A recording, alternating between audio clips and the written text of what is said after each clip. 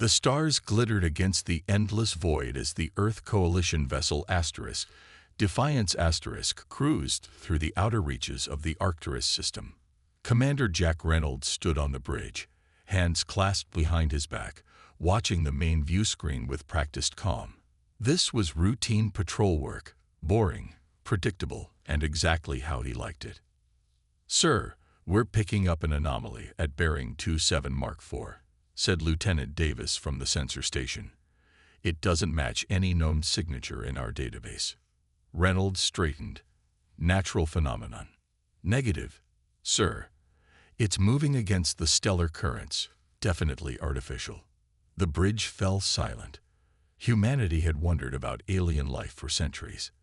There had been promising signals, microscopic fossils on Mars, even the mysterious structures on Titan. But actual contact, that remained the stuff of speculation. "Distance?" Reynolds asked. "About 3 light minutes, sir. Closing fast." Reynolds nodded. "Yellow alert. Open standard greeting channels on all frequencies. Let's not jump to conclusions." The crew moved with practiced efficiency. This wasn't their first unknown contact, though previous ones had always turned out to be smugglers or lost mining vessels. Something about this felt different. "Message broadcasting." "Sir," Communications Officer Patel confirmed. "Basic mathematical sequences, visual data, and our standard peace package." Minutes ticked by as light-speed communications crawled across space. Reynolds used the time to study the readings. The vessel was large, much larger than the Defiance with energy signatures unlike anything in Earth's arsenal. "We're getting a response," Patel suddenly announced. Sir, I can't make sense of it." "On screen," Reynolds ordered. The view screen flickered, displaying a stream of symbols and patterns that meant nothing to human eyes. But behind the symbols, Reynolds could make out shapes moving in what appeared to be a command center.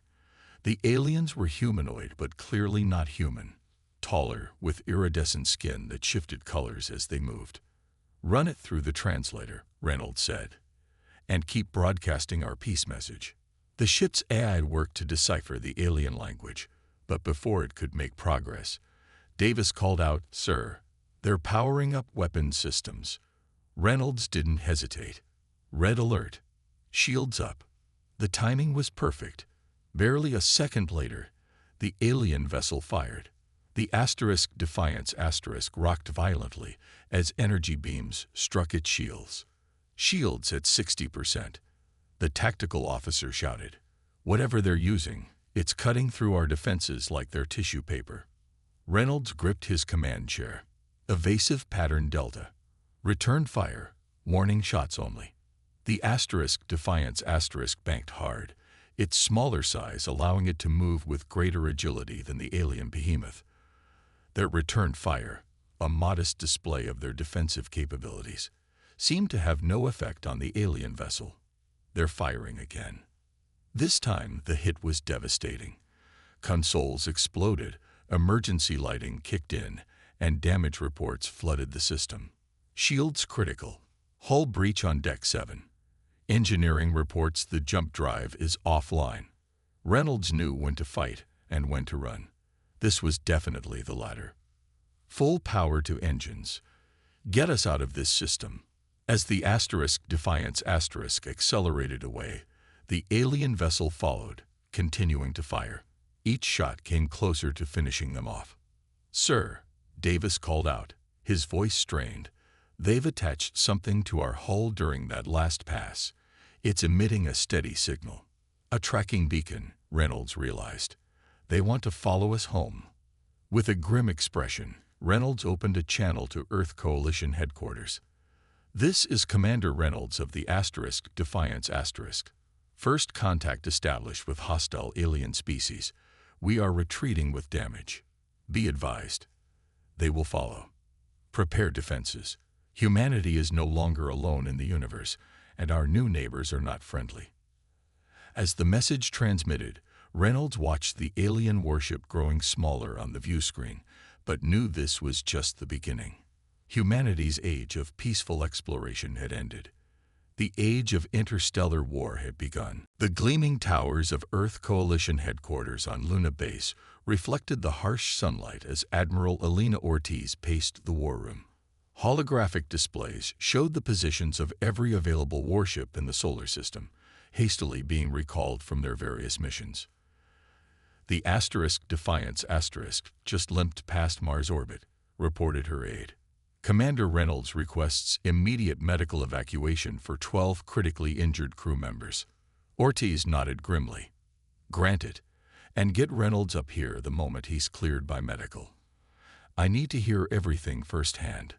She turned to the tactical display where Lieutenant Marcus Reed stood studying the alien ship's attack patterns. At 28, Reed was young for his position, but his unorthodox thinking had earned him a place at Ortiz's table. What do you see, Lieutenant? She asked. Reed didn't look up. They're methodical, precise, every shot calculated for maximum damage. But, he paused, brow furrowed, they lack improvisation. Look here. He pointed to a section of the battle recording. When the Defiance did something unexpected, the aliens always paused exactly 2.3 seconds before responding, almost like they're running tactical solutions through a computer first. Can we use that? Ortiz asked. Reed smiled slightly. Humans are messy, unpredictable. That might be our edge. Alarms blared suddenly across the command center. Multiple jump signatures detected near Jupiter orbit, shouted the sensor officer. 7 vessels matching the configuration of the alien ship that attacked the Defiance. Ortiz straightened her uniform. So they followed the beacon home. Lieutenant Reed, you're now acting tactical advisor. The Jupiter Defense Fleet is our first line. What do you recommend? Reed moved quickly to the main console. Scatter formation Alpha. Have our ships move erratically, never in straight lines. Break their targeting algorithms. The order went out. On the screens, 20 human vessels moved to intercept the 7 larger alien warships. The humans were outgunned, but they had position and home field advantage. They're broadcasting, said communications. Our translators have made some progress with their language from the Defiance encounter. The main screen flickered, showing one of the tall, iridescent beings. Its skin shifted from blue to violet as it spoke, the translation coming through in halting mechanical tones. Humans, you have entered Vordax space. Your existence threatens cosmic order. Submit to assimilation or face extinction. Ortiz stepped forward. This is Admiral Elena Ortiz of the Earth Coalition. You attacked our vessel without provocation in neutral space. We have no quarrel with the Vordax, but we will defend ourselves. The alien's skin flashed red. Irrelevant. Prepare for. Ortiz cut the transmission with a slice of her hand. They're stalling while they position their ships. All vessels, engage at will. The battle erupted across the Jovian orbit. Human ships darted between the larger Vordax vessels, firing from unexpected angles, never staying still. As Reed had predicted, the aliens struggled with the unpredictable tactics. They're coordinating from the lead ship, Reed observed. Jupiter Fleet Command, focus fire on their flagship. The human vessels converged, concentrating their firepower. The Vordax flagship's shields flared but held, until a small human destroyer executed a dangerously close maneuver, slipping past the shields to deliver a point-blank shot. The Vordax ship listed to one side, venting atmosphere. The remaining alien vessels immediately adjusted their formation. They're retreating. Someone shouted as the Vordax ships backed away, then vanished in flashes of light as they jumped out of the system. The command center erupted in cheers, but Ortiz remained stoic. They'll be back, and next time, they won't underestimate us. She turned to Reed. How many ships can we muster in the next 72 hours? Reed looked at the displays. Not enough, Admiral. But I have some ideas about using the asteroid belt that might help even the odds. Ortiz nodded. Humanity just entered an interstellar war. We'll need every advantage we can get. Outside the viewport, Jupiter loomed large against the blackness of space, a silent witness to humanity's first victory against the stars. The captured Vordax technology sat disassembled across multiple workbenches in Earth's most secure research facility, beneath the Olympus Mons crater on Mars. Scientists worked day and night, reverse engineering alien circuits and power systems that operated on principles barely comprehensible to human minds. Dr. Anna White wiped sweat from her forehead as she soldered microscopic connections on what they believed to be a Vordax shield generator. The energy density in these components is remarkable. She muttered to no one in particular. They're channeling power in ways we never considered possible. Can you make it work for our ships? Asked Lieutenant Marcus Reed, who had taken to visiting the lab daily since Operation Thunderclap had been approved. Given enough time, maybe, Dr. White replied. But we don't have enough time, do we? Reed shook his head. Intelligence says the Vordax main fleet is gathering. When they return, they'll bring enough firepower to glass every planet in our system. He turned to a holographic display showing Earth's asteroid belt. Hundreds of small dots were highlighted in red, potential weapons in Reed's unorthodox plan. Have you made progress with the tractor beam modifications? A younger scientist stepped forward. Yes, sir. We've adapted the Vordax gravitational manipulation technology to our purposes. A modified ship should be able to redirect asteroids with precision. Not fast, but effective. Reed nodded. We don't need fast. We just need unexpected. The facility's alert system chimed softly. Admiral Ortiz's face appeared on the main screen. Reed, we have a situation. The Mars Colony Council is meeting to discuss terms of surrender to the Vordax. They've been in contact. Reed's face hardened. Surrender. After one battle. Fear makes people do desperate things, Ortiz replied. And Mars isn't the only one. Europa, Titan, they're all wavering. We need a win, Lieutenant, a real one. Operation Thunderclap isn't ready, Reed admitted. But maybe we can give them something else. He glanced at a secured hangar visible through a reinforced window, where a small Vordax scout ship sat captured during the Jupiter battle. What if we took the fight to them? 2 days later, Reed stood in a pilot training facility, addressing 30 of Earth's best space combat pilots. Behind him, simulations ran showing Vordax shield configurations and weapons systems. Their technology is superior, Reed said bluntly. Their ships are faster and more powerful, but their shields have a pattern. He pointed to a rhythmic fluctuation in the energy readings. Every 47 seconds, their port shield generators recalibrate for precisely 0.3 seconds. It's not enough time to do serious damage, unless you hit exactly the right spot. A pilot raised her hand. Sir, threading that needle at combat speed would be almost impossible. Reed smiled slightly. Almost impossible is humanity's specialty. Your simulators have been updated with the exact specifications. I expect everyone to hit that window by the end of the week. As the pilots dispersed to their training stations, Reed received an urgent message. A Vordax scout ship had been detected near Neptune, observing from a distance. It wasn't attacking, just watching. They're gathering intelligence, Commander Reynolds said as he joined Reed at the viewport overlooking the training floor. His injuries from the Defiance battle had mostly healed. Learning about us, just as we're learning about them. Reed nodded. Then we should give them something worth reporting. He tapped his communication device. Admiral Ortiz, I think it's time we sprang our trap near Neptune.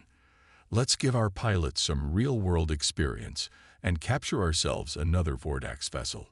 Approved, came Ortiz's immediate reply. But Reed, we need prisoners this time. Living Vordax.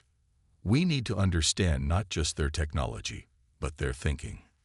Reed watched the pilots below, each pushing themselves beyond normal human limits in the simulators. Don't worry, Admiral. I have a feeling the Vordax are about to learn that underestimating humans is a serious mistake. Outside, The stars continued their silent vigil as humanity prepared for a war that would determine its very existence. The captured Vordak scout ship yielded more than just technology. It brought knowledge of other victims. Hidden in its database were records of a dozen subjugated species, with one standing out: the Meridians, a crystalline race whose technological prowess had nearly matched the Vordaks before their defeat. Lieutenant Reed studied the holographic representation of a meridian, a bipedal being composed of translucent blue crystal structures that seemed to flow rather than move. "And you believe some of them survived?" he asked Admiral Ortiz. According to the Vordaks records, they kept some Meridian engineers alive to maintain certain technologies the Vordaks couldn't fully replicate, Ortiz confirmed. "They're being held in a mining facility on Proxima Centauri B." Reed's eyes widened. "That's less than 5 light-years away. We could send a small team." "Already approved," Ortiz interrupted. "The Shadow Step leaves in 6 hours. You're leading the extraction." The Shadow Step was Earth's newest stealth vessel, incorporating Vordak's cloaking technology. Its maiden voyage would be a desperate gamble: slip into enemy territory, find potential allies, and return before the Vordaks armada arrived. 3 days later, Reed stood in the Shadow Step's cargo hold, face to face with Thal, a Meridian engineer they had rescued along with 5 others. The Universal Translator struggled with the crystalline vibrations that constituted Meridian speech. "The Vordaks are not what they appear." Thal's translated voice came through haltingly. "They are collective, not individuals. Their minds, linked through technology. That explains their tactical rigidity," Reed realized. "They think as one, without the creative chaos of individual decision-making." Thal's crystal structure shifted colors. "Humans are strange. You fight each other yet unite against common threat. The Vordaks cannot understand this contradiction. Can you help us fight them?" Reed asked directly. "Your shields are primitive," Thal replied. "Your weapons inefficient. But yes, we can help." Over the next 2 weeks, Thal worked with Earth's best scientists. The Meridian's understanding of quantum field manipulation allowed for spectacular breakthroughs.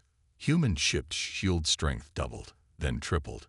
Weapon systems were recalibrated to exploit previously unknown weaknesses in Vordak's armor. But time was running out. "Long-range sensors have detected the Vordak's armada," Commander Reynolds reported during an emergency war council. 3 times larger than our worst projections. 47 capital ships, each capable of planetary bombardment. Silence fell over the assembled military leaders. Even with their technological leaps, Earth couldn't hope to defeat such a force. Thal, now officially serving as a technical advisor, stepped forward. "There is another way. The Vordak's jump drives create quantum instability when activated in proximity." Reed leaned forward. "What are you suggesting?" "Modified jump drives," Thal explained, "crystals pulsing with blue light. Triggered simultaneously near Vordak ships could create cascade failure. Devastating. Chain reaction," Reed translated. "But that would require getting our ships dangerously close to their fleet. And sacrificing those ships," Reynolds added grimly. "Whoever triggered the reaction wouldn't survive." Admiral Ortiz studied the tactical display. "How many ships would we need to lose?" "At minimum 7, Thal responded. "Positioned precisely."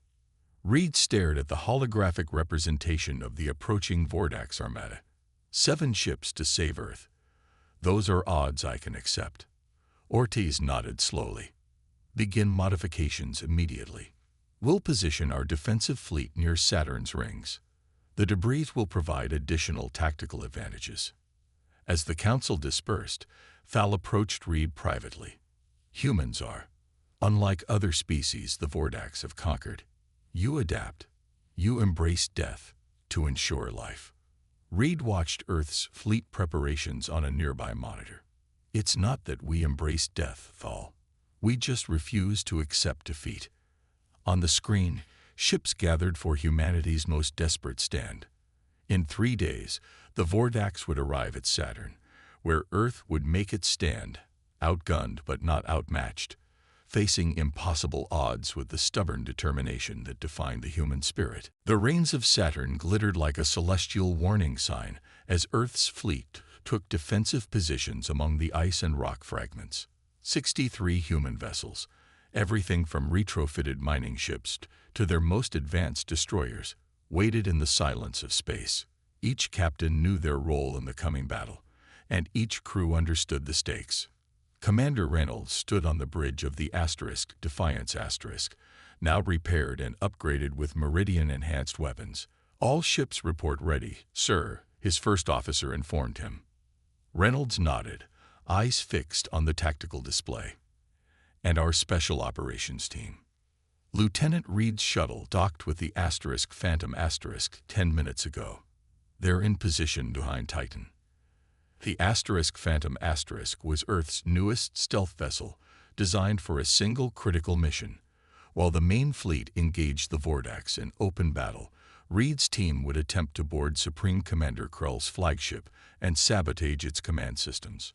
"Enemy fleet detected exiting faster than light travel," announced the sensor officer, her voice steady despite the tension. 47 capital ships confirmed. The Vordax armada emerged like a wall of death against the blackness of space. Each ship dwarfed even the largest human vessel, their hulls gleaming with an organic iridescence that seemed almost alive. "All ships maintain position," Reynolds ordered. "Let them come to us." The Vordax fleet moved with mathematical precision, spreading into a perfect attack formation. The largest ship, Supreme Commander Krell's flagship, remained at the center, protected on all sides. "They're broadcasting," said the communications officer. Reynolds steeled himself. On screen, the image of Supreme Commander Krell appeared. Unlike the other Vordax they had encountered, Krell's iridescent skin was scared and mottled, marked by centuries of battle. "Humans," the translation came through. "Your resistance is an aberration. You will be corrected or eliminated." Reynolds allowed himself a small smile. "We prefer to remain uncorrected. Thank you." Without further dialogue, the Vordax opened fire. Space itself seemed to warp as energy beams lanced toward the human fleet. But instead of meeting their targets, many shots passed harmlessly through empty space where ships had been projected by holographic technology. Another Meridian contribution. "Spring the trap," Reynolds commanded. Human vessels burst from hiding places within Saturn's rings, attacking from angles the Vordax hadn't calculated. The modified shields on Earth's ships held against the initial Vordax barrage, buying precious seconds for human weapons to find their marks. Aboard the Phantom Reed and his team of 12 Special Forces soldiers monitored the battle. "The diversion is working," Reed observed. "Krell's flagship is focusing fire on the Defiance Their rear shields are at minimum power. Approaching insertion point," reported the Phantom's pilot. "Cloaking field stable." Reed checked his weapons one last time. The boarding party carried Meridian design disruptors that could temporarily disable Vordax neural networks without killing them. "Remember, we need 15 minutes to plant the virus in their command systems. Once we're in, maintain radio silence, unless absolutely necessary." The Phantom slipped through a gap in the flagship's rear shields, attaching to an emergency access port. Cutting tools made short work of the alien metal, and soon Reed's team was infiltrating the massive Vordax vessel. Back in the main battle, things were turning grim. Despite their technological upgrades, human ships were being destroyed one by one. The Vordax numerical advantage was proving decisive. "Shields failing on decks 4 through 7, reported the Defiance's tactical officer. "We've lost the Hermes and the Titan's Pride *." Reynolds watched grimly as another human destroyer exploded in silent fury. "Where are we on the modified jump drive deployment?" "The 7 ships are in position, but waiting for Reed's signal. If they trigger too early." "I know," Reynolds cut in. Krell will escape, and our sacrifice will be meaningless." As he spoke, the Defiance took a direct hit. Consoles exploded across the bridge, and emergency systems howled in protest. Reynolds pulled himself back to his chair, blood trickling from a gash on his forehead. Status of Krell's flagship. Through the chaos, his tactical officer managed to check the sensors. "No change, sir. Whatever Reed's doing in there, the Vordax haven't noticed yet." Reynolds nodded grimly. "Then we hold the line, no matter the cost." The silent corridors of Krell's flagship pulsed with an eerie blue light as Reed's team moved deeper into the vessel. They had encountered minimal resistance. Most of the Vordax were linked into battle stations, their consciousness partly merged with the ship itself. "This is like invading a beehive," whispered Corporal Miller, one of Reed's team. "They're all connected." Reed checked the schematics they'd extracted from the captured scout ship. "Command center should be 2 levels down. Whatever you do, don't engage unless absolutely necessary. One alarm, and this whole ship will come alive around us." As they reached a junction, Reed froze. 2 Vordax warriors stood guard at an access point. Unlike the technicians they'd avoided so far, these were fully armed and alert. Reed signaled silently, and 2 team members raised Meridian stun weapons. The weapons discharged with barely a whisper, and the guards collapsed, their iridescent skin dulling to a flat gray as their neural networks temporarily shut down. 15 minutes until they reboot, Reed reminded his team. "Move fast." In space around Saturn, the battle had taken a devastating turn. Nearly a third of Earth's fleet was destroyed or disabled, and the remaining ships were losing power to their enhanced shields. On the bridge of the Defiance Commander Reynolds watched as another human vessel exploded. "We can't hold much longer," his first officer said quietly. Reynolds nodded grimly. "Order all remaining ships to fall back to position Delta. Prepare for the slingshot protocol." The order went out, and the human fleet began a fighting retreat toward Jupiter. The Vordax pressed their advantage, pursuing with methodical precision, exactly as Reynolds had hoped. Aboard Krell's flagship, Reed's team reached the central command hub. The vast chamber was filled with Vordax technicians, linked directly to control stations through neural interfaces. At the center stood a crystalline structure pulsing with energy, the command node that coordinated the entire Vordax fleet. "Plant the virus," Reed ordered. 2 team members moved forward, attaching Meridian data spikes to the base of the crystal. The spikes began to glow, infiltrating the Vordax network. Suddenly, alarms blared. One of the technicians had detected their presence. "We're blown. Complete the upload," Reed shouted, raising his weapon as Vordax warriors poured into the chamber. Back in the main battle, Admiral Ortiz's flagship took a devastating hit. Life support failed across multiple decks and the main engines went offline. "Admiral, we need to evacuate," her second-in-command urged. Ortiz stared at the tactical display. The 7 ships equipped with modified jump drives were in position, but Reed's signal hadn't come. Without the Vordax command systems compromised, the plan would fail. "No," she said quietly. "The fleet needs to continue falling back to Jupiter. I'll stay and buy them time." "Admiral." "That's an order," Ortiz cut him off. "Get to the escape pods. Tell Reynolds to implement the slingshot protocol regardless of Reed's status. Earth comes first." As the bridge crew reluctantly evacuated, Ortiz took manual control of the weapons systems. Her ship was crippled but could still fight. She targeted the nearest Vordax vessel and fired everything she had left. On Krell's flagship, Reed and his team were pinned down. 3 soldiers were already dead, and the virus upload was only at 60%. "We need more time," shouted the tech specialist. Reed made a split-second decision. "Miller Jones, with me. We're going to give them something else to worry about." He pointed to the ship's power regulation hub across the command center. "Everyone else, protect that upload." Reed and 2 soldiers broke cover, firing as they ran toward the power systems. The distraction worked, Vordax warriors turned to engage the new threat, giving the technicians the precious seconds they needed. Upload complete. Came the call just as Reed reached the power hub. He slammed the Meridian explosive device against the controls and activated it. "Now we run," he said, turning back toward the exit.